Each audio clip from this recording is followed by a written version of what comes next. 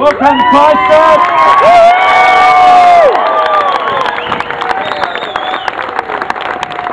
We are ordinary citizens gathered here because we know there's something wrong with our city. So fantastic to see so many here. There's well over 2,500 just gathered here in this space. So thank you for coming. You are standing up for the rights of our city and you are asking for a change in leadership. Thank you.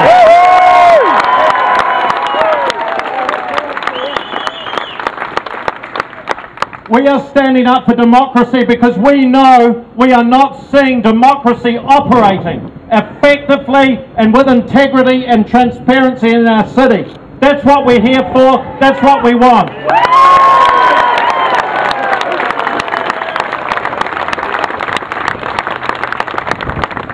In all events, as you know, we always have to do housekeeping. Housekeeping is really important.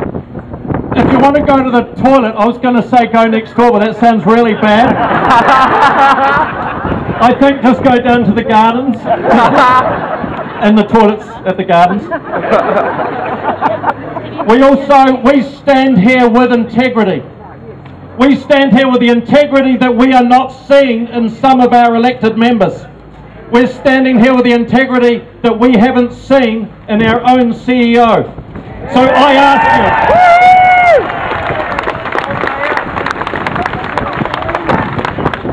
ask you that you hold your integrity today.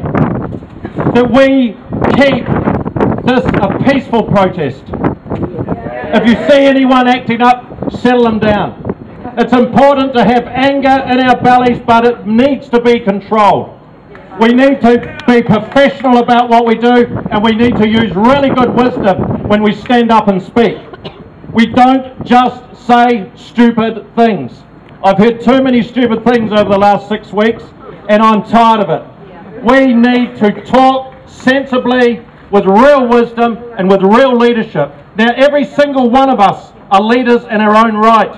We are ratepayers, and we are here to stand up and be counted and call to account the City Council on this day, the 1st of February 2012. Thank you so much for coming.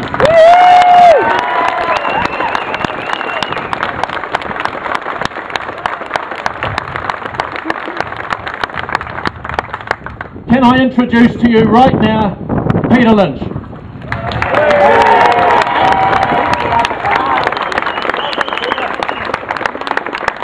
Good afternoon, my name's Peter Lynch. Thank you for having the courage to turn up to this protest. I'd like to acknowledge the elderly who've turned up today. I know there's one gentleman out there who's 92. Thank you very much.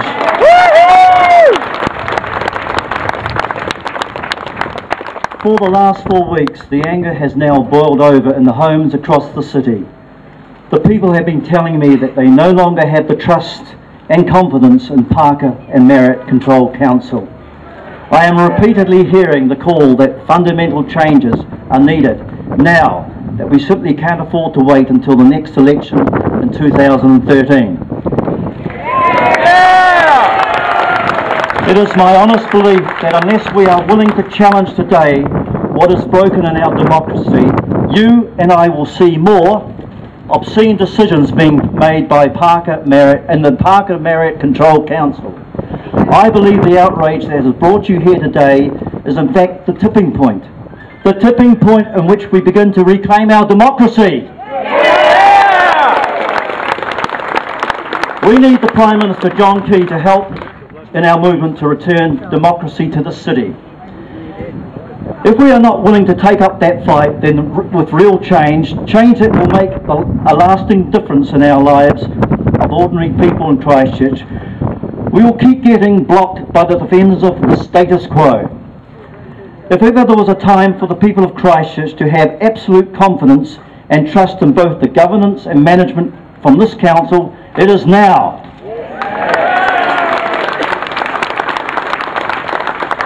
Sadly, this cannot be said about our Parker Marryatt Control Council and those that support it. We are now demanding an urgent change for restoring democracy. To achieve this, I say to you, we must insist on replacing what is broken And to do this, we need to find a new mayor and councillors that understand that unless they have the confidence and trust of the people, there is no democracy. People have told me, and I agree, that now is the time to reject the cynicism, the fear and the myth of community. We have to get rid of this apathy. We have a broken city, but I say to you we have a broken city, but I say to you it must rise against us proudly. We must think upon ourselves as a nation that can go ahead. I say to you today, we launch a movement for change, a movement to fix our broken democracy. How we achieve this starts today with your support. We can make a difference, and for your sake, our city, we must. Today, let us join together and tell Prime Minister John Key we have had enough and we want change.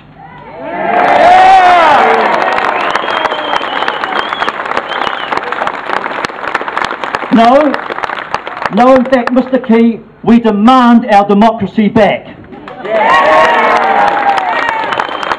So please support our call for a fresh election and allow us to reclaim our democracy.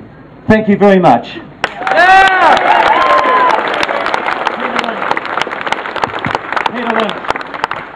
As you know, this all came to a head just before Christmas.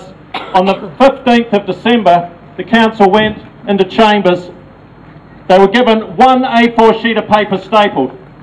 On that A4 sheet of paper, it explains something about the remuneration.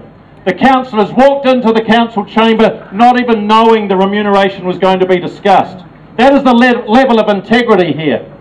There seemed to be no understanding that throughout our city at that time you had people paying rates who weren't even in their homes. People who had lost loved ones. People who still were digging liquefaction in Parklands and across the east side. You had people who were battling with Fletchers and EQC and insurance companies. You had people who had lost their jobs. You had people who had lost loved ones. There seemed to be no understanding at all that the ordinary citizens of Christchurch were battling on every front in their city. And so to give a man, a CEO, the invisible man, $68,000 without any consideration for that, and to backdate it to July was just disgraceful.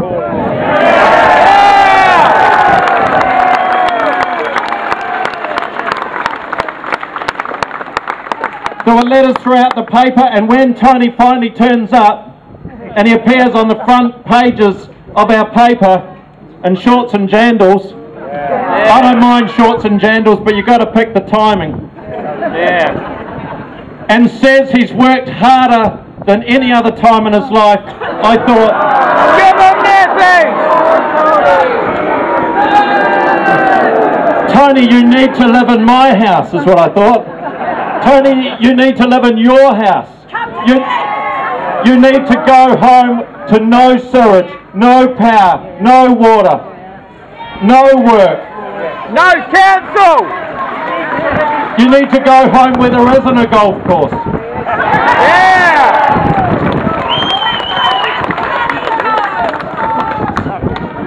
It got bigger and bigger, and the mess and the arrogance got worse and worse when we saw Tony on the Gold Coast. We were incensed, I know that. I was very upset. Here was a man sitting, texting, keeping a watching brief on our council when people were battling right across the city on the 23rd. It shouldn't be happening. You do not pay $500,000 to someone who cannot front up to the media, and someone who cannot have the leadership and wisdom to get on a plane and even come back for 2 days to show that he really cares for our city.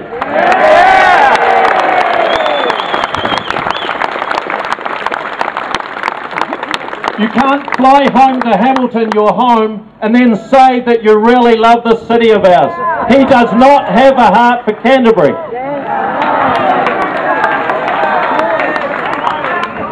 And so the decisions around the remuneration lacked integrity, they lacked professionalism, and they certainly lacked transparency, as our own elected councillors had no idea what was going on. And then it got worse over the communications debacle. Now for Tony, in management, not in governance, remember, Tony in management makes a government's decision to appoint a review on the communications department, which I should add has 29 people in PR. Do you realise our rates are paying for 29 people to spin back communication back to us? Yeah. And now we're paying...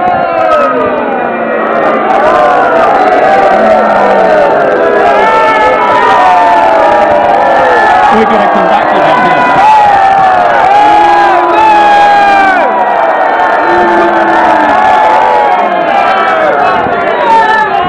And because 29 people aren't doing a particularly good job, they've employed someone to assess them on $80,000. That's like having spin creating on the spin.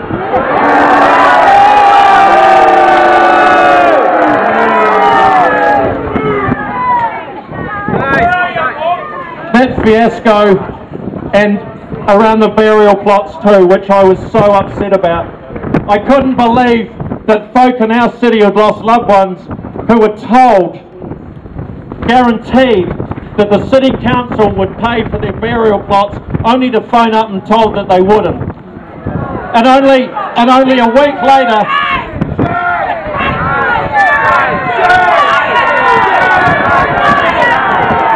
and I should say, our elected members woke up in the morning, went down to the dairy, bought the press and opened it up and found that out for themselves. There's something wrong with the democracy in our city. That should not be happening.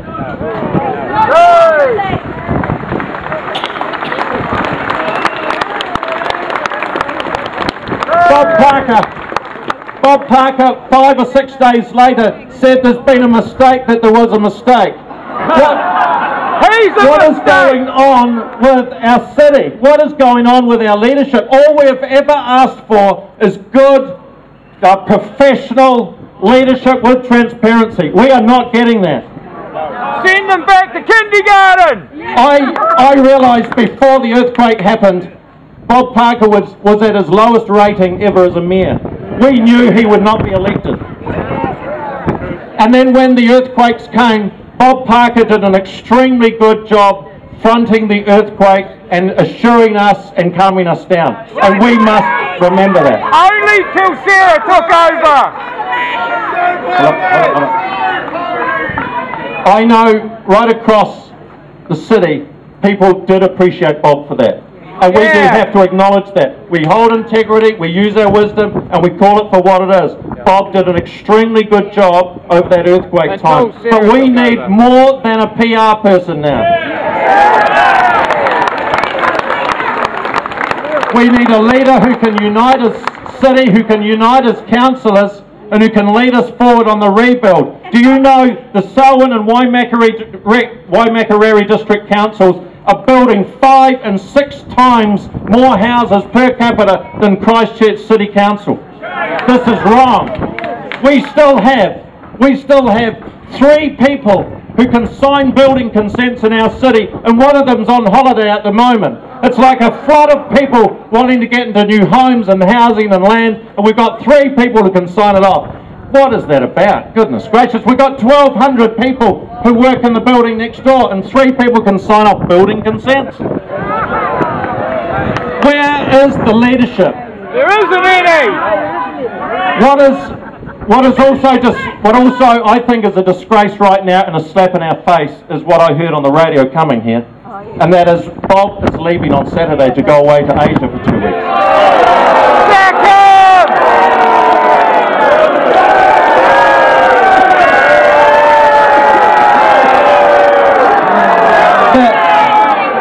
The government has just given our council an ultimatum. They said it's weeks, not months, that you are on notice. The government, Nick Smith, John Key, has said you need to sort your act out.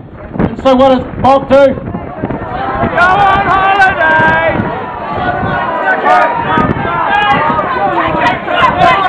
Nick and John, you need to realise that Bob is laughing in your face. He has got no concern at all about sorting this out. You do not leave a council in absolute turmoil, a city under stress, and head overseas for 2 weeks on a junket. It's totally disgraceful. What is going on? So that is why, people, that is why we've gathered here, and that is why we're so thankful that you have had the guts to stand up for democracy. We are calling this Cantabrians Unite. Cantabrians Unite.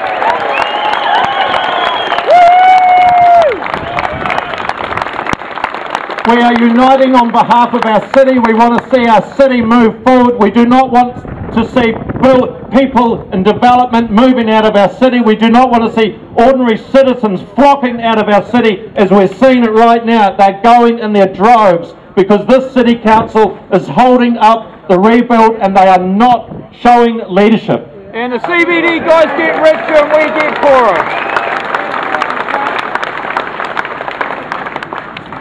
Now we're going to have a few other speakers, different folk coming up just to share their thoughts. Look, I saw on one of the blog sites, this is from a lady.